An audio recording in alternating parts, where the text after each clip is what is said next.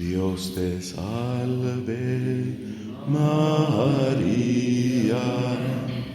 llena eres de gracia, el Señor es contigo, bendita tú eres entre todas las mujeres, entre todas las mujeres, y bendito es el fruto de tu vientre, Jesús. Santa María, Madre de Dios, ruega por nosotros pecadores, ahora y en la hora de nuestra muerte. Amén. Jesús. Amén. Jesús. En el nombre del Padre, y del Hijo, y del Espíritu Santo. Amén. Dos puntos de referencia para este día, queridos hermanos. Le hemos dado una cierta importancia a la celebración de esta noche, que es la celebración penitencial.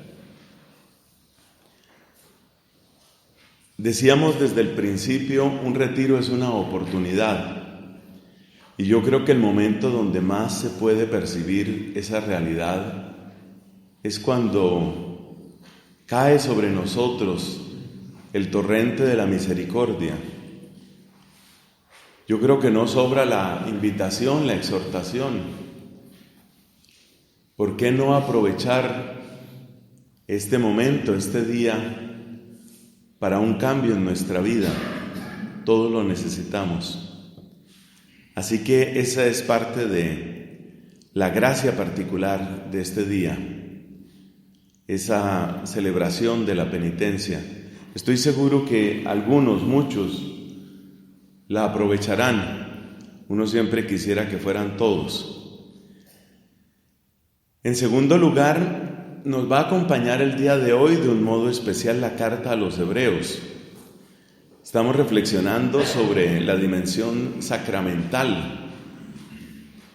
Y yo creo que la pedagogía de la carta a los Hebreos es absolutamente clave en este tipo de reflexión. Tenemos, como de costumbre, 3 meditaciones. La primera es sobre la economía de la salvación. La segunda es el paralelo entre el Antiguo y el Nuevo Testamento. Y la tercera es la invitación a la fe y la perseverancia. La carta a los Hebreos, hasta el capítulo 10, hace esa reflexión sobre el Antiguo y el Nuevo Testamento y sobre la economía de la salvación. Y los capítulos 11, 12 y 13 tienen que ver con invitación, con exhortación a la perseverancia. Recordemos brevemente quiénes son estos hebreos. Bueno, estos hebreos son judíos o levitas convertidos al cristianismo, muy posiblemente levitas. Tantas alusiones al templo hacen suponer que el autor de la carta da por descontado que sus destinatarios están muy familiarizados con el templo. Hay una serie de detalles que los iremos encontrando el día de hoy, especialmente en la segunda charla. Y esa cantidad de detalles como que dan por supuesto que las personas a las que se dirige la carta conocen bien el tema. Precisamente por el hecho de ser convertidos al cristianismo, convertidos a Cristo, estos levitas tuvieron que pasarla muy mal, muy mal. Fueron expulsados de las sinagogas, perdieron su medio de sustento, perdieron su conexión social, perdieron su lugar en la sociedad, muchas veces perdieron sus posesiones.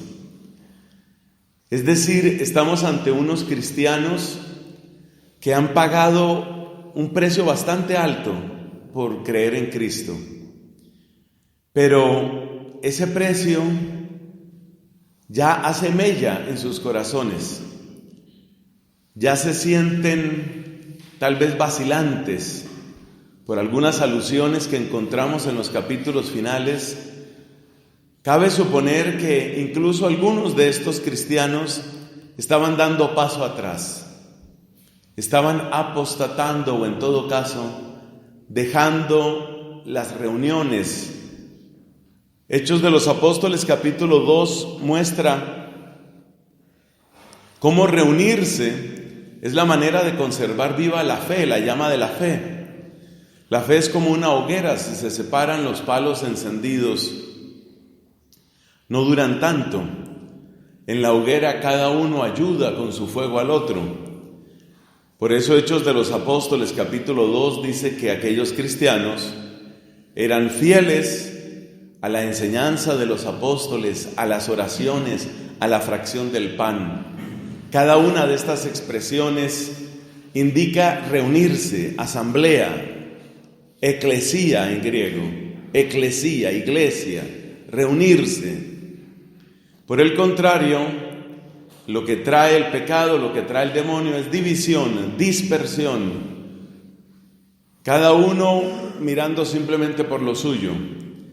Parece que en la comunidad a la que escribe el autor de esta carta a los hebreos se estaba presentando esa situación, es decir, se empieza a dar una dispersión. Esta es situación muy común en la iglesia.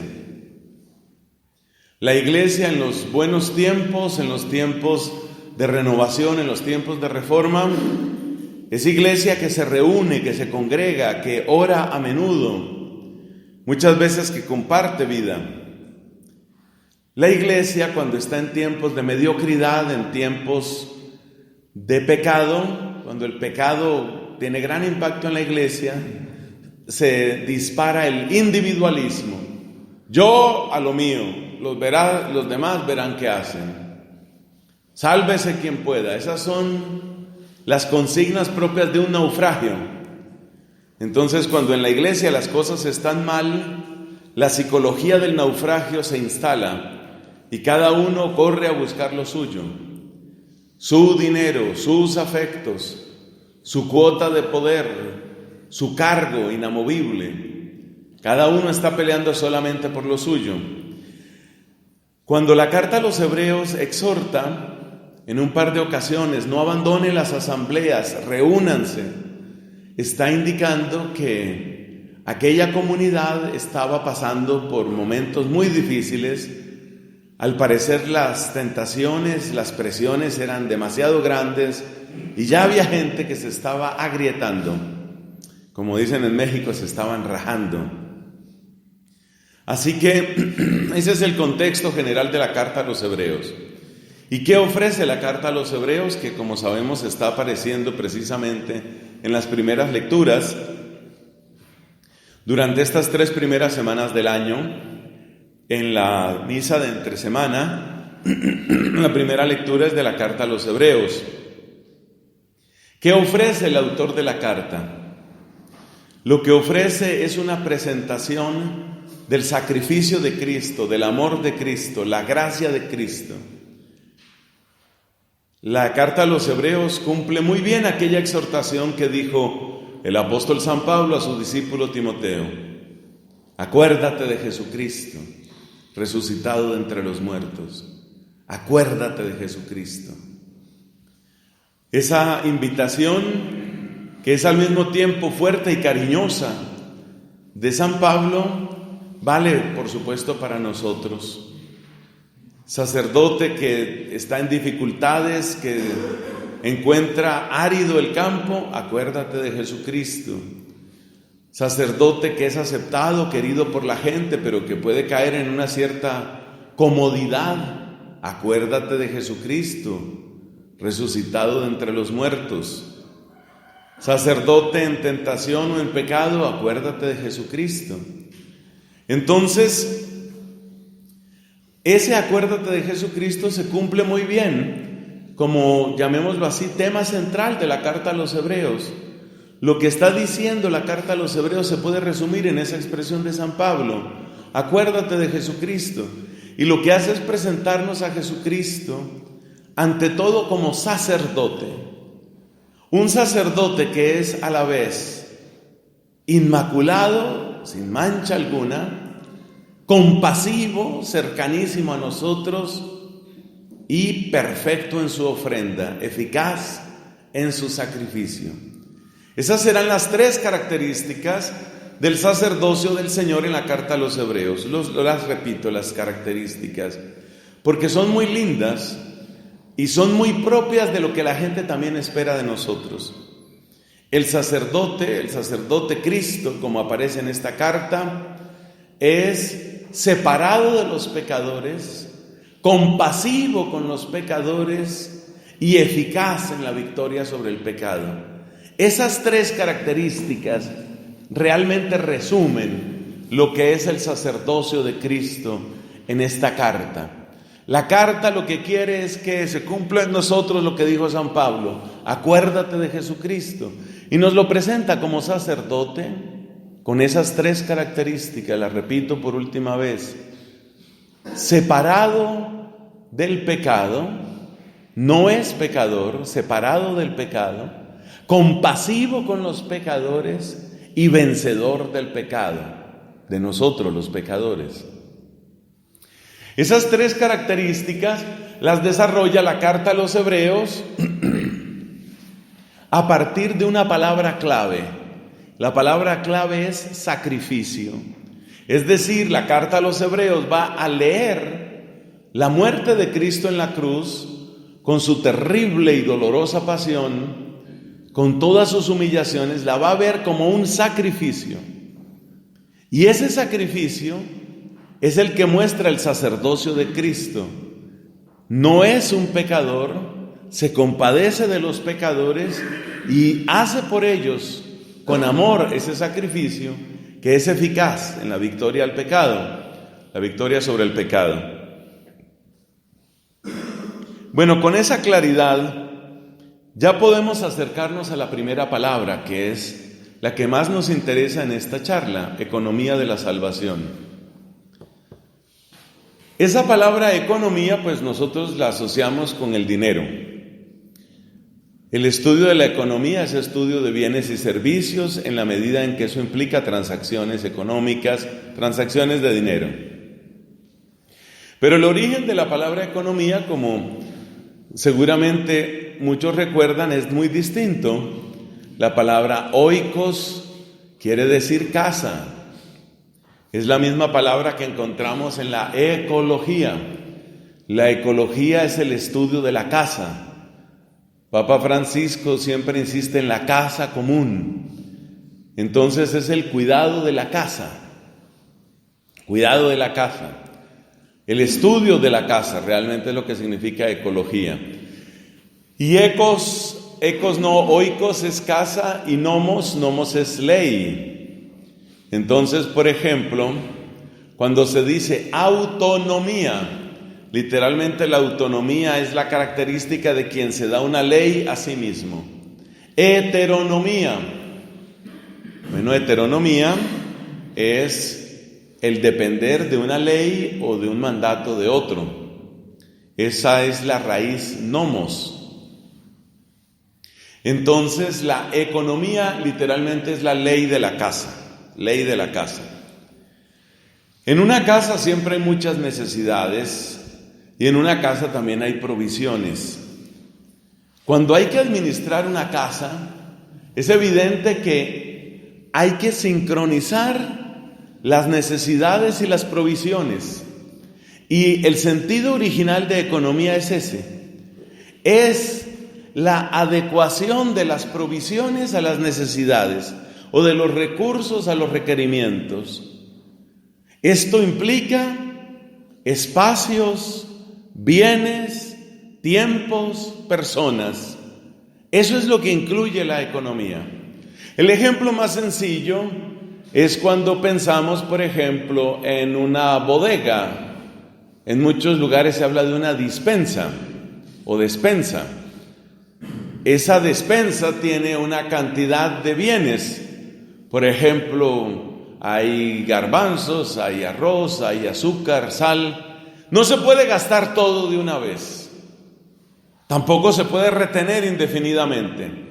Hay que tener sabiduría y también caridad para ver cómo se administra. La sabia administración de las provisiones en función de las necesidades, esa es la economía en el sentido más antiguo de la palabra. Por consiguiente, la economía tiene que ver, como ya dijimos, con los recursos, los espacios, los tiempos y las personas. La economía, pues obviamente tiene muchas dimensiones. Si usted lo piensa bien, un profesor hace algo parecido a lo que estamos diciendo. Un profesor. El profesor quiere comunicar unos contenidos. Por ejemplo, quiere presentar la historia de este país, la historia de Colombia. No puede dar toda la historia en una sola clase. ¿Qué le toca hacer a él? Distribuir, administrar el conocimiento.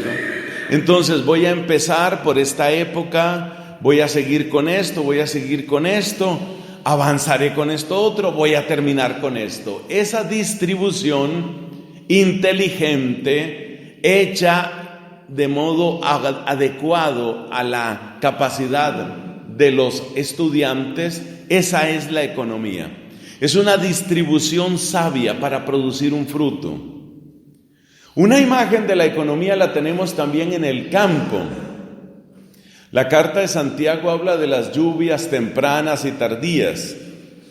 Llámanse lluvias tempranas las de primavera y tardías las de otoño.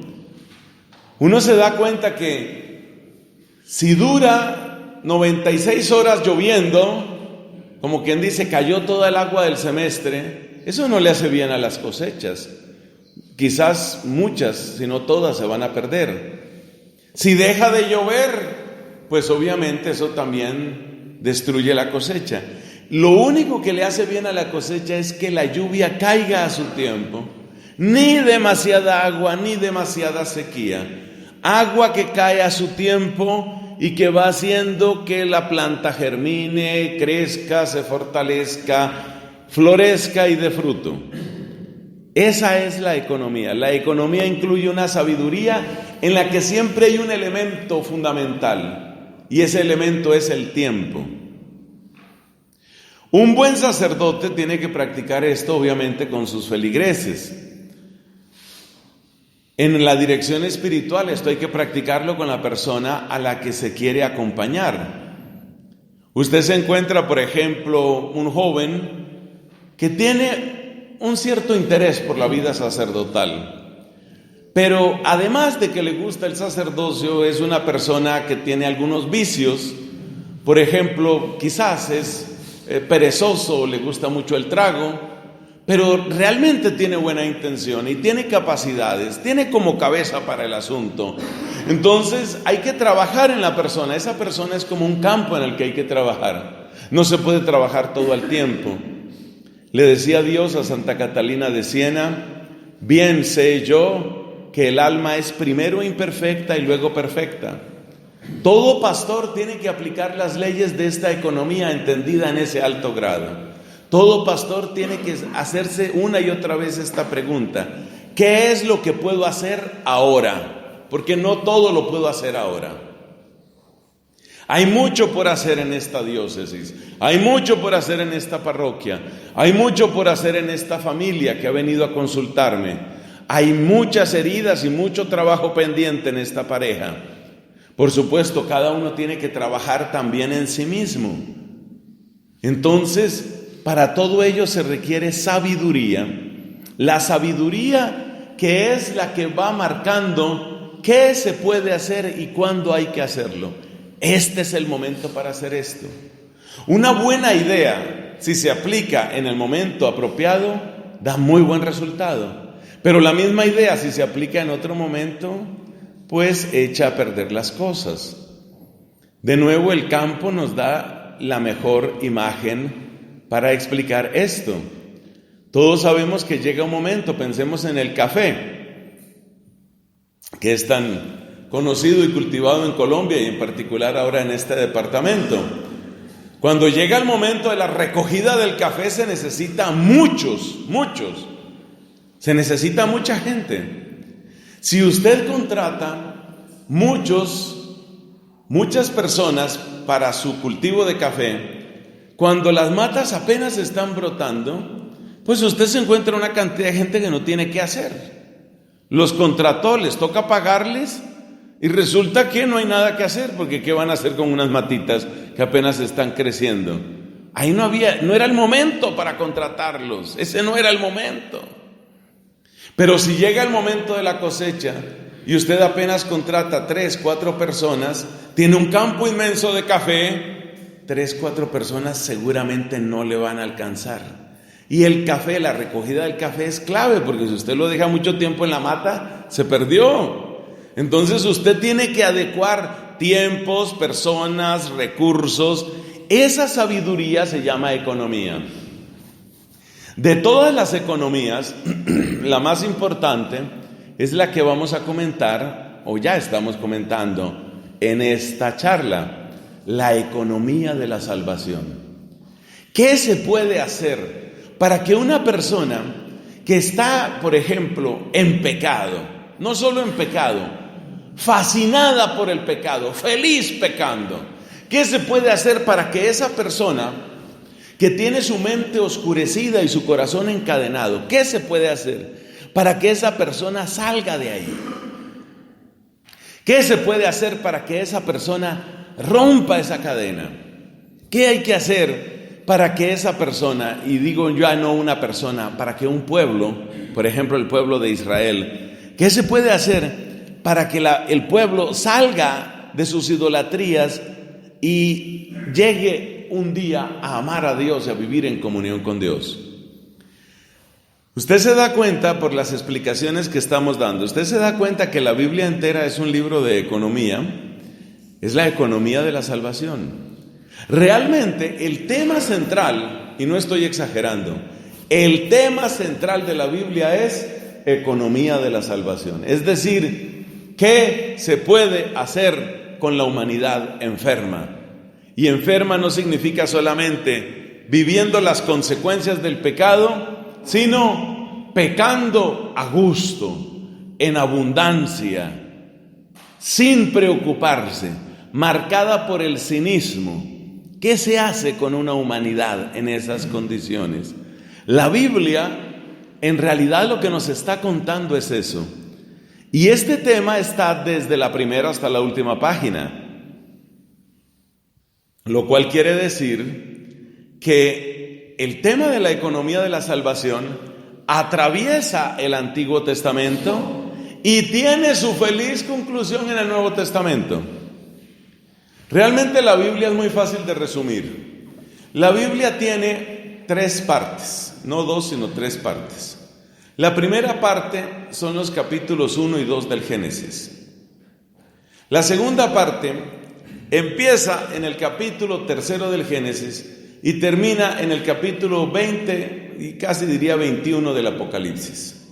O sea que es una parte muy voluminosa. Todo eso es la segunda parte. Y la tercera parte es la Jerusalén del cielo y la victoria final. Esa es la Biblia.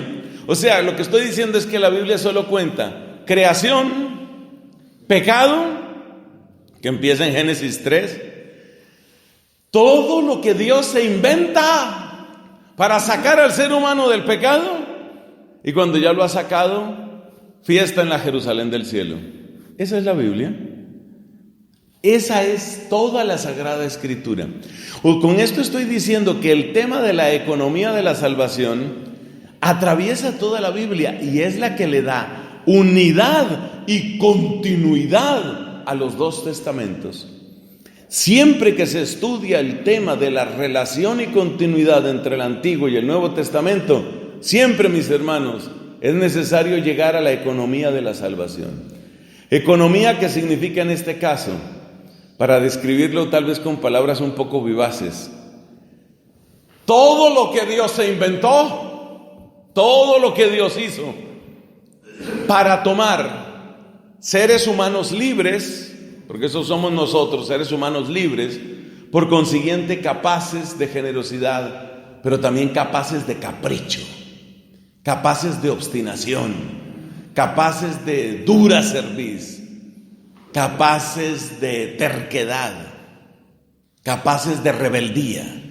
Todo lo que Dios inventó para tomar a una humanidad libre y por consiguiente capaz de rebeldía, para llevarla sin violentar la característica racional y libre del ser humano hasta la plena comunión con Él, que es lo que describe hermosamente el libro del Apocalipsis cuando nos presenta la ciudad santa. Yo vi la ciudad santa, la nueva Jerusalén, que bajaba del cielo adornada como una novia para su esposo. Libro del Apocalipsis. La carta a los Hebreos nos ayuda a percibir de un modo muy particular esta economía de la salvación. Es una lectura que recomiendo vivamente.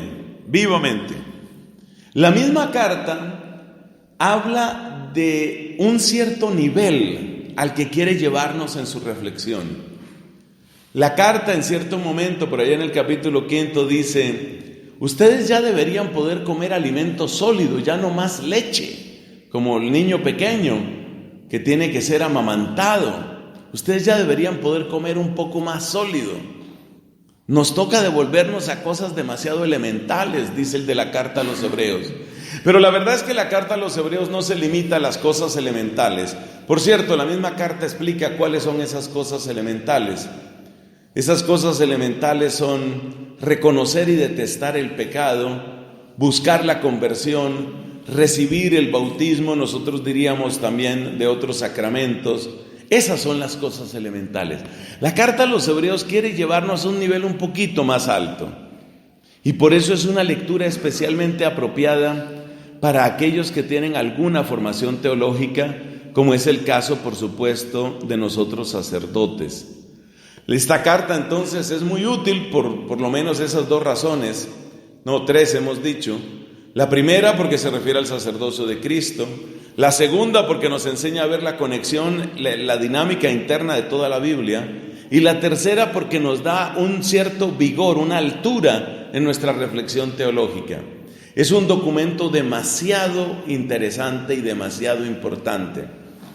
Quiero decirles, esto es una buena noticia, quiero decirles que de mi experiencia, lo que yo he visto en Biblias, uno nunca conoce todo, pero realmente las Biblias actuales, las más conocidas, como decir la Biblia de las Américas, como decir la Biblia de Jerusalén y otras, traen muy buenas introducciones y muy buenas notas para acompañar una lectura juiciosa de la carta a los Hebreos.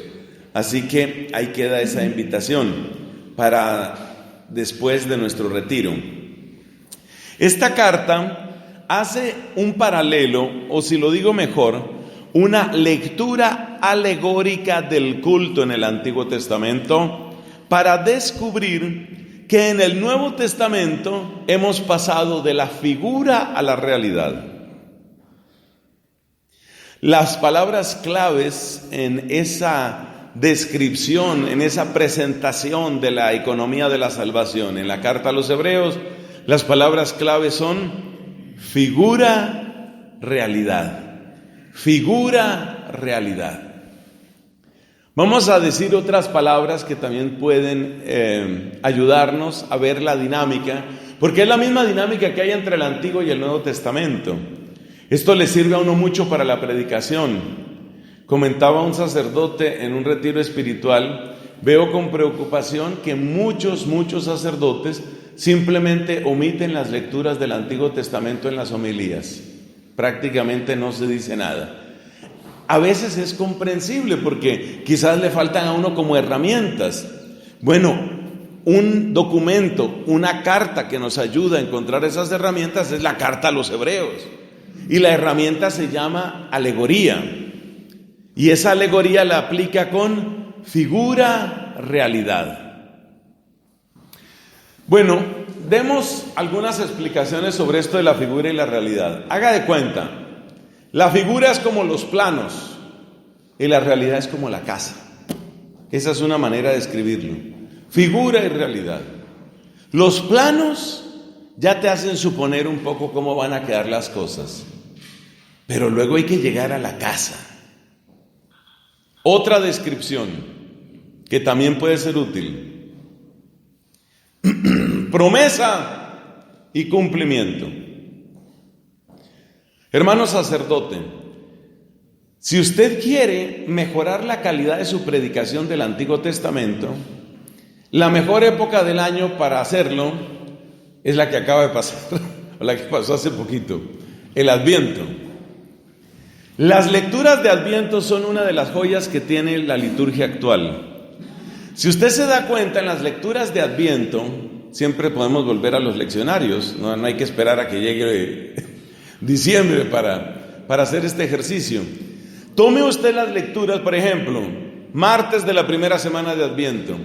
Usted tome la primera lectura, que casi siempre está tomada de Isaías, y luego mire el Evangelio.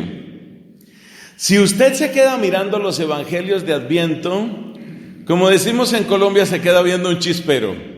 Eso no se entiende. Los Evangelios en Adviento son un día Marcos, otro día Lucas, otro día Juan, Mateo. Eso dice uno, ¿esto qué orden lleva?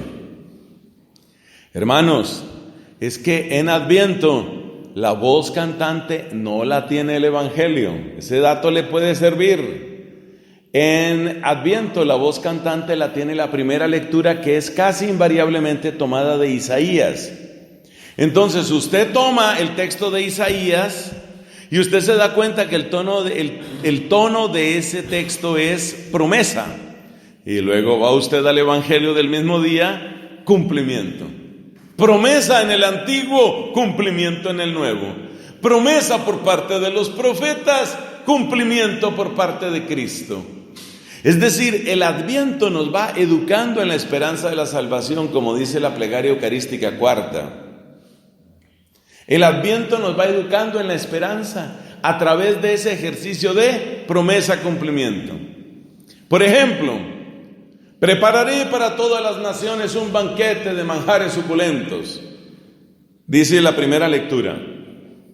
Esto es real. Dice la primera lectura por allá en algún día de Adviento.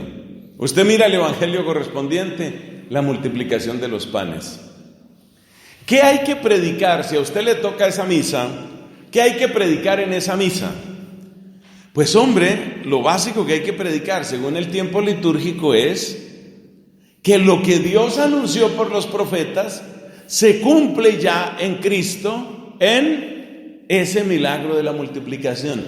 Él ha preparado un banquete. Es pan adobado con el amor de Cristo. Es pescado condimentado con la plegaria del Señor. Es el banquete que se está comiendo ahí. Entonces, la carta a los Hebreos nos educa para que veamos figura, realidad, promesa, cumplimiento. Esas son palabras que nos ayudan a entender esta dinámica. ¿Qué otras palabras podemos utilizar para comprender esa dinámica? San Pablo nos dice algo parecido. Nos dice, cuando nosotros éramos niños, éramos conducidos por un pedagogo. La ley es el pedagogo, eso lo hemos dicho muchas veces. Pero ahora que ya somos mayores de edad, ya no. Cuando yo era niño, pensaba como niño, razonaba como niño, actuaba como niño. Ahora que crecí, dejé las cosas de niño. De ahí surge entonces otra pareja de palabras. Primera pareja, figura, realidad. Como decir, los planos y la casa. Segunda pareja, promesa y cumplimiento. Tercera pareja, inmadurez, crecimiento, infancia. Por una parte, madurez, sensatez, edad adulta. plenitud en la segunda parte. Entonces, inmadurez y madurez, infancia y edad adulta, así se relacionan la antigua alianza y la nueva alianza. De hecho, esas dos palabras, antiguo y nuevo, también van en la misma dirección. Lo antiguo ha pasado, lo nuevo ha comenzado. Antiguo y nuevo. Ninguna de estas parejas de palabras captura completamente la idea. Lo mejor es tenerlas vivas todas, tenerlas presentes todas, quiero decir. Por ejemplo, si usted toma la pareja figura realidad, daría la impresión de que entonces Dios no estaba amando en serio, era un amor como de mentiritas el que le tenía al pueblo de Israel. Hombre, no es la idea. O sea, no se quede solo con esa. La pareja figura realidad sirve, pero no es la única, hay que ver otras. Lo mismo pasa con antiguo y nuevo. Hemos conocido el caso de algunos hermanos sacerdotes que razonan de esta manera: el Antiguo Testamento ya se quedó desueto, ya eso ya no sirve, ya eso no tiene. Son en realidad sacerdotes de una religión distinta, se llama marcionismo. El marcionismo fue aquella herejía surgida hacia el siglo II, donde un señor decía que uno era el Dios del Antiguo Testamento y otro el Dios del Nuevo Testamento. Bueno, sobre esas cosas pues hemos conversado en otras oportunidades. Pues evidentemente no es así. Hay cosas que son del Antiguo Testamento y que son válidas hoy y que serán válidas para siempre. Por ejemplo, el amor a Dios y al prójimo. El Papa San Juan Pablo II, en esa encíclica que hemos citado, Veritatis Splendor, hace un comentario que es bien interesante. Estamos en pleno Nuevo Testamento, estamos en el Evangelio.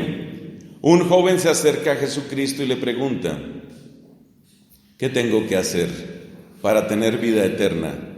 Y la respuesta que le da Cristo es: cumple los mandamientos. Comenta el Papa Juan Pablo II. Los mandamientos, que en realidad pertenecen a la ley natural inscrita en cada conciencia humana, tienen un valor permanente. También la Constitución dogmática Dei Verbum del Concilio Vaticano II nos habla del valor permanente del Antiguo Testamento. O sea que hay que tener cuidado con utilizar de una manera superficial y acomodada esas expresiones como antiguo y nuevo, porque resulta muy fácil decir: pues como es antiguo ya eso no vale. Efectivamente hay cosas que no valen. Nosotros no estamos sujetos a muchas de las prohibiciones de la ley de Moisés, pero hay cosas que sí valen. Entonces hay que saber utilizar estas parejas de palabras de una manera sabia, de una manera, llamémosla, consonante, en consonancia con el espíritu que las inspiró. Las parejas son figura, realidad, promesa, cumplimiento, inmadurez, madurez, lo antiguo, lo nuevo. Esas son las parejas que conectan la antigua alianza y la nueva alianza. Por cierto, la palabra testamento no ayuda mucho. Testamento es la traducción de la palabra griega diatheke. Diatheke, pues sí, puede significar testamento, pero en realidad lo que significa es algo así como contrato o alianza. Antigua alianza, nueva alianza. Primera alianza y alianza definitiva. Tal vez algo así nos ayuda a leer la Biblia de otra manera. Bueno, entonces vamos a hacer 4 preguntas sobre la base de esto que hemos explicado. Vamos a hacer 4 preguntas para descubrir esta economía de la salvación y con eso cerramos esta reflexión. Son preguntas interesantes, creo yo. La primera es esta: ¿por qué fue necesaria una etapa de figura en vez de dar desde el principio la realidad? Esa es una pregunta. ¿Por qué fue necesaria una etapa de figura en lugar de dar de una vez la realidad? ¿Qué fue lo que pasó? ¿Por qué hubo que tener esa etapa de figura? Respuesta: la razón es de orden pedagógico, mis hermanos. Los niños, por ejemplo, entienden primero las prohibiciones y luego las razones de las prohibiciones. Primero se empieza por esto no lo hagas. Por ahí se empieza. En esos momentos, sin que nadie se sienta ofendido, un niño muy pequeño se parece a la manera como se educa un animalito. Es exactamente lo mismo que se hace con los animalitos. Entonces se quiere enseñar al animalito que no puede dejar sus excrementos por todas partes. Entonces, ¿qué se utiliza? Se utilizan recursos fuertes y se le habla fuerte y se dicen unas cuantas palabras y el animalito va aprendiendo, si se deja educar, que muchos sí, para saber que los excrementos tienen su lugar. Esa es una educación. Entonces, el niño empieza por las prohibiciones. Solo pasando los años entiende las razones de las prohibiciones. A algunos niños, no a todos, les encanta el dulce. Un niño que quiera comer demasiado dulce se va a encontrar con la prohibición de los papás. No más. Pasan los años y ese niño o esa niña agradece el que no le hayan dado todo el dulce que tal vez en un momento quería. Entonces hay que empezar por las prohibiciones. Ya llegará el tiempo de entender las razones de las prohibiciones. El niño capta primero las cosas que puede tocar. Solo después capta las ideas o los sentimientos que son abstractos. Hay una anécdota que tenemos en mi familia. Mi papá fue revisor fiscal de la Contraloría General de la República. Tenía que hacer lo que llamaban comisiones, tenía que hacer viajes a distintas partes. Y como padre amoroso, que gracias a Dios siempre fue mi padre, al volver de esos sitios siempre nos traía alguna cosa. Con bastante frecuencia, probablemente ahí empezó el tema del sobrepeso, con alguna frecuencia nos traía lo que era de comida. Entonces, por ejemplo, si venía al Huila, entonces de vuelta nos llevaba bizcochos huilenses, bizcochos de Achira, por ejemplo. Claro, esa es la gran novedad para uno de niño. Uno no come eso todos los días y si lo come jamás tiene la calidad del traído. Entonces, bizcocho de Achira. Mi papá nos acostumbró mucho a eso, a llevarnos esos cariñitos, muchas veces en términos nutricionales. Una vez llegó mi papá sin el regalito. Y entonces uno de mis hermanos le pregunta, ahí ve usted lo interesados que son algunos niños. Yo no era mejor, claro. Entonces le pregunta a mi hermano, ¿qué nos trajiste? Mi papá trata de elevar el nivel de esos hijos que tenía y responde en tono poético, un corazón que no me cabe en el pecho. A eso responde mi hermano, no, yo digo de comida. Entonces, corazón, pecho, sentimiento, amor, aquí, una cosita que sea rica, sabrosa. Entonces, el ser humano empieza por lo material. El ser humano empieza por lo sensible. Y curiosamente, lo sensible era la figura y lo invisible era la realidad. Por eso hay un prefacio que no sé cómo quedará traducido en el nuevo misal colombiano. Hay un prefacio de Navidad, para mí es de los prefacios más difíciles de traducir, porque eso en latín suena muy bueno, pero traspasarlo al español me parece dificilísimo. Aquello de, para que conociendo a Dios visiblemente, nos llevara al amor de lo invisible. Eso han tratado de traducirlo desde que yo tengo memoria, le están cambiando la traducción a ese prefacio. No sé cómo haya quedado, eso toca investigarlo con las autoridades pertinentes, pero ese prefacio es muy difícil y lo que está diciendo es totalmente cierto. Dios nos lleva del amor de lo visible al amor de lo invisible. Fíjate, Juan capítulo 6. Juan capítulo 6, ¿qué es? La gente comió como mi hermanito cuando era chiquito. Está Jesús hablando del amor del Padre. Sí, muy bueno, sí, pero resuma, a ver, termine, sí, el amor del Padre. Todos sabemos que el Padre nos ama mucho, pero hay hambre, hermano, hay hambre. Entonces Cristo hace la multiplicación de los panes y la gente come hasta saciarse. Ay, quedaron con su barriguita llena, quedaron bien saciados. La gente empieza por ahí. Luego Cristo trata de elevar ese nivel. Ese capítulo 6 de San Juan es absolutamente inmortal, porque todo el capítulo 6 es un ascenso, ¿no?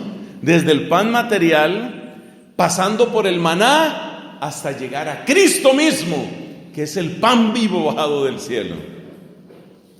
Pero empezar por Cristo vivo, pan que ha bajado del cielo, eso no es tan fácil. Primero uno tiene que experimentar, incluso en su propia carne.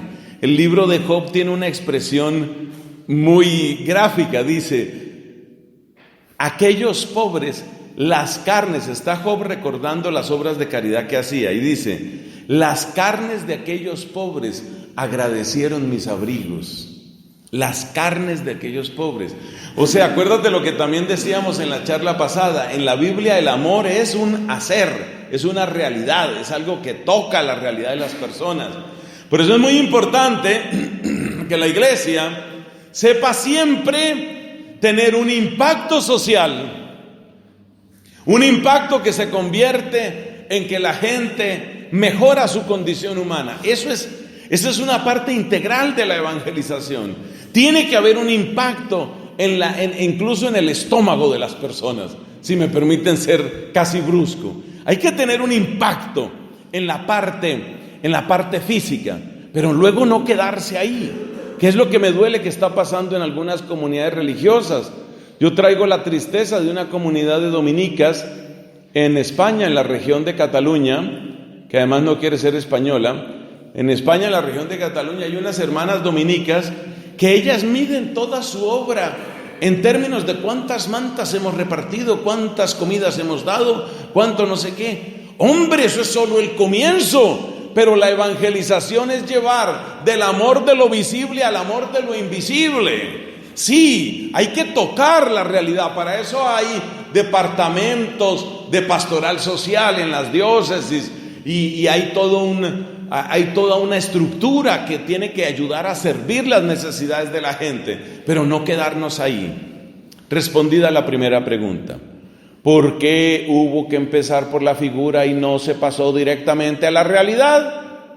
Respuesta: porque Dios es gran pedagogo y la vida de la gente hay que empezar tocándola de esa manera. Un buen sacerdote, gracias a Dios he conocido muchos muy buenos, y he conocido grandes párrocos y admiro. Un gran párroco tendría que ser, y los hay, bendito sea Jesús. Un gran párroco es una persona que sabe tocar desde la realidad más material hasta la realidad más espiritual y mística. Sabe moverse en todo el espectro, desde esas necesidades en las que se cumple lo del libro de Job. Las carnes de los pobres le dieron gracias a mis abrigos, desde lo más material hasta lo más espiritual. Segunda pregunta. La segunda pregunta básica es esta: ¿por qué este culto, el culto que aparece inaugurado por Moisés y Aarón, por qué este culto pedagógico fue dado a un pueblo solamente y no a todos los pueblos? Respuesta. Esta respuesta es un poquito más difícil. Hermanos, el descubrimiento de la diferencia entre el pecador y el pecado no es elemental. Esa diferencia no es elemental.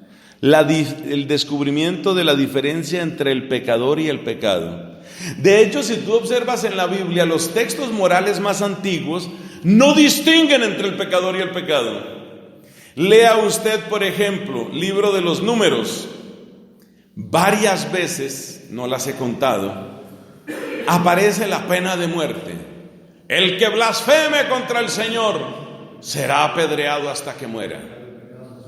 Hay un texto bárbaro, uno podría calificarlo de inhumano. Hay un texto en el que dice: si el hijo de tus entrañas, si tu papá a quien veneras, si la esposa que duerme en tus brazos blasfema contra Dios, la acusarás en público y será apedreada. Y el primero que tiene que lanzarle, la primera piedra se la tienes que lanzar tú. Entonces usted se imagina a un papá diciendo: Asamblea de Israel, este hijo mío es un blasfemo. Consta a no sé quién y no sé cuánto, porque siempre debe haber testigos. Asombro en la asamblea. ¿Es cierto que es un blasfemo? ¿El hijo es un blasfemo? Sí, es un blasfemo. Entonces a ejecutarlo. Bueno, ese es un método absolutamente bárbaro y eso tiene sus explicaciones que en su momento se han dado, pero lo que quiero destacar es que no se distingue pecador y pecado. Si tú miras lo que sigue en el texto, dice: así eliminarás el mal de Israel. No se distingue el pecador del pecado. Esa distinción no es fácil, pero en el mismo Antiguo Testamento esa distinción se logra. Por ejemplo, en el Salmo 103, que yo amo tanto, en el Salmo 103 se dice: Él aleja de nosotros nuestros delitos. Como dista el oriente del ocaso, Él aleja de nosotros nuestros delitos.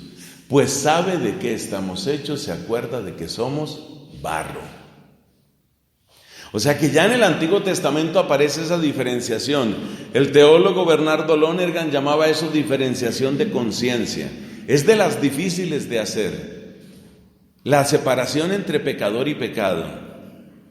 Y ha sido absolutamente clave en toda la moral católica. Se condena el pecado, se ama y se busca el bien del pecador. Eso vale para todo, en términos de dinero, en términos de sexo, en términos de administración pública, en términos de uso de la palabra, en todo vale esa distinción. Bueno, ¿por qué la comentamos aquí? Porque toma tiempo en cada persona y obviamente toma tiempo en la humanidad. Las primeras diferenciaciones que hace un niño, de nuevo está el tema pedagógico. Los niños difícilmente distinguen entre lo bueno y lo malo. Para ellos la diferencia es gente buena y gente mala. Reconocer que una persona buena también hace cosas malas y que una persona mala también tiene aspectos buenos es una diferenciación de conciencia que le cuesta demasiado a los niños. Los niños usualmente tienen una clasificación.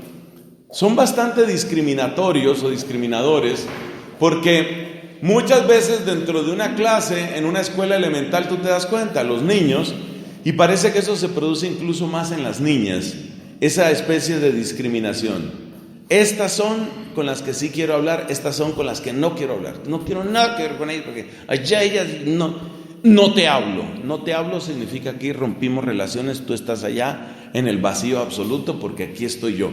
Entonces, los niños no distinguen entre bueno y malo propiamente, distinguen entre personas buenas y personas malas. Pues la humanidad de alguna manera era niña. Cuando Israel era niño yo lo amé, dice el profeta. La tendencia general es considerarse uno mismo como parte de los buenos y ver a los demás como los malos. Sobre esa base imperfecta pero muy universal, es razonable que Dios haya seguido el camino de elegir un pueblo para elevar la moral de ese pueblo y luego darle a ese pueblo una misión para que de ahí saliera luz para los demás pueblos. Es poco que seas mi siervo, te hago luz de las naciones para que mi salvación alcance hasta el confín de la tierra. O sea que ya en el Antiguo Testamento aparece ese proceso. Primero tomar un pueblo, elevar moralmente ese pueblo y convertirlo en luz para los demás pueblos. Ese es el plan de Dios. Esa es la economía de la salvación. Y es lo que realmente funciona. Todos los que hemos tenido cerca niños pequeños sabemos que eso es así. Al niño siempre hay que presentarle un ejemplo visible. Haga como esto. Una educación sin modelos no funciona para los niños, porque el niño necesita ver. De hecho, hoy es prácticamente un axioma en pedagogía que el niño no repite lo que oye, sino repite lo que ve. Él necesita ver. Entonces, ¿por qué Dios eligió a un pueblo? Para, a través de ese pueblo elegido y elevado moralmente, tener luz para las demás naciones. ¿En qué medida se cumplió ese plan? Bueno, es difícil decirlo, pero lo cierto es que los apóstoles, pues todos eran de ese pueblo. María Santísima es de ese pueblo, San Pablo, San Juan Bautista es de ese pueblo, y Jesús llega a decir: la salvación viene de los judíos. A pesar de la infidelidad de muchos y de la incredulidad de muchos judíos, la salvación viene de los judíos, ese es un hecho. Tercera pregunta, esto va llegando a su final: ¿en qué momento, a través de qué señales se pudieron descubrir los límites de ese régimen que podemos llamar el régimen de la figura? ¿De qué manera se pudieron descubrir los límites del régimen de la figura? Respuesta: mira, los límites de la figura fueron apareciendo poco a poco. Por ejemplo, el culto vacío. Este pueblo me honra con los labios, pero su corazón está lejos de mí. El culto repetitivo sin conversión, que es muy parecido a lo anterior.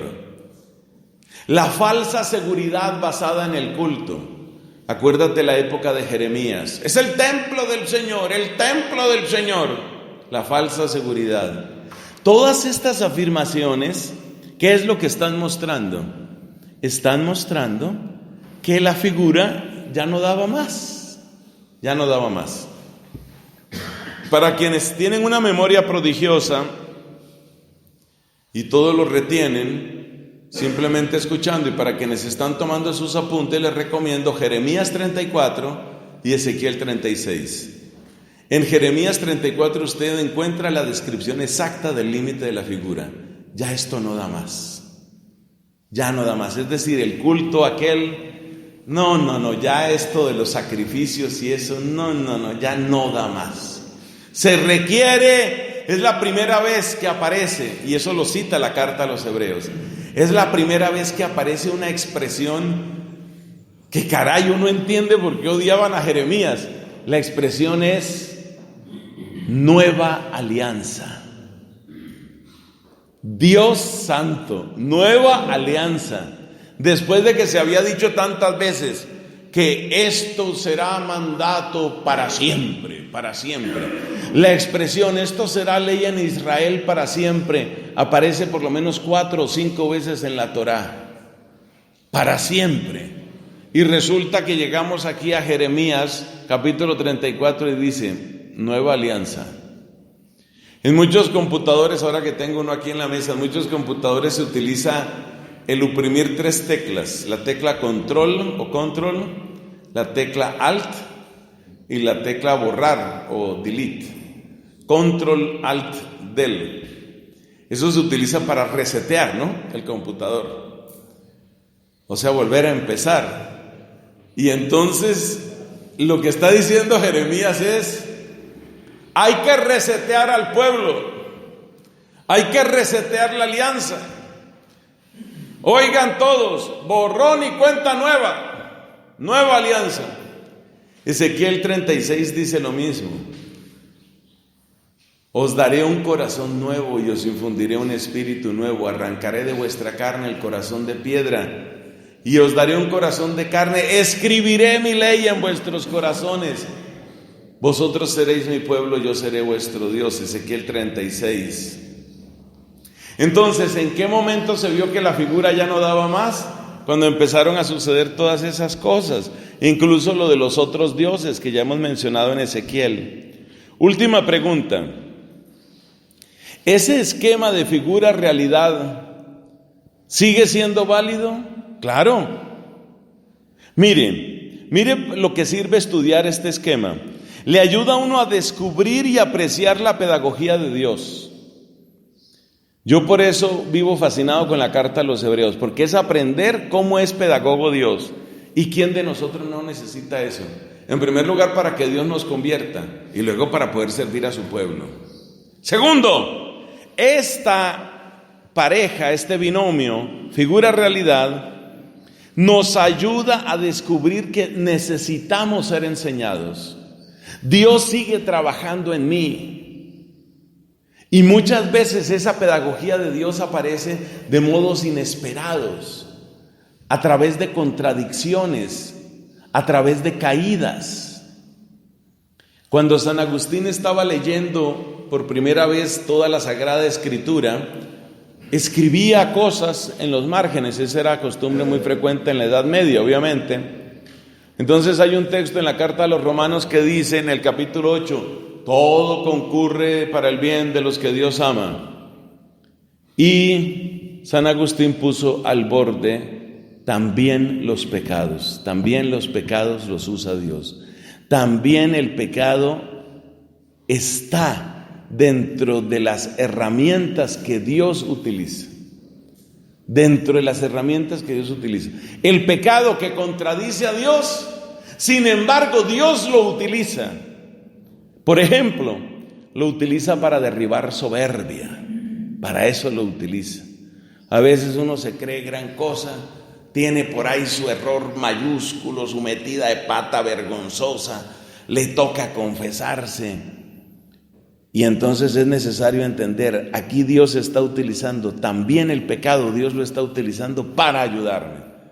Entonces es muy importante, estas lecciones son muy importantes para decir uno, Dios sigue trabajando en mí.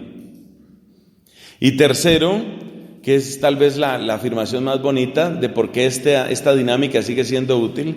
Tercero, mis hermanos, todavía no hemos llegado. En el fondo, óigame esto, los sacramentos siguen siendo pedagogía de Dios. Santo Tomás de Aquino utiliza dos palabras latinas, la palabra res, que significa realidad, la realidad, y la palabra sacramentum, pues que es el sacramento. La realidad y el sacramento. Realidad y sacramento.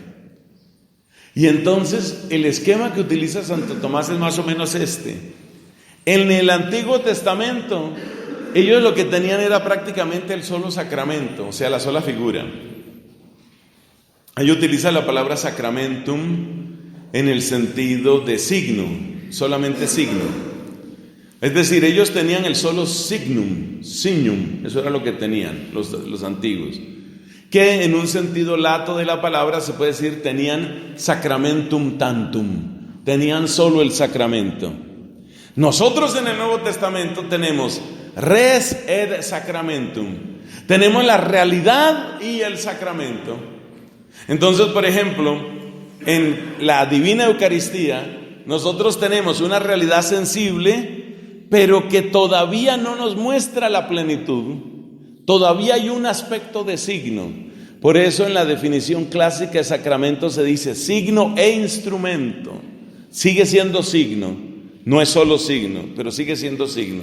Entonces, en la antigua alianza, sacramentum tantum, solo el sacramento, solo la señal. En el Nuevo Testamento, res et sacramentum, tenemos la realidad y el signo, la realidad y sacramento al mismo tiempo, sobre todo se nota en la Eucaristía. Pero seguimos en camino, todavía no hemos llegado. Y cuando lleguemos, ¿cómo va a ser?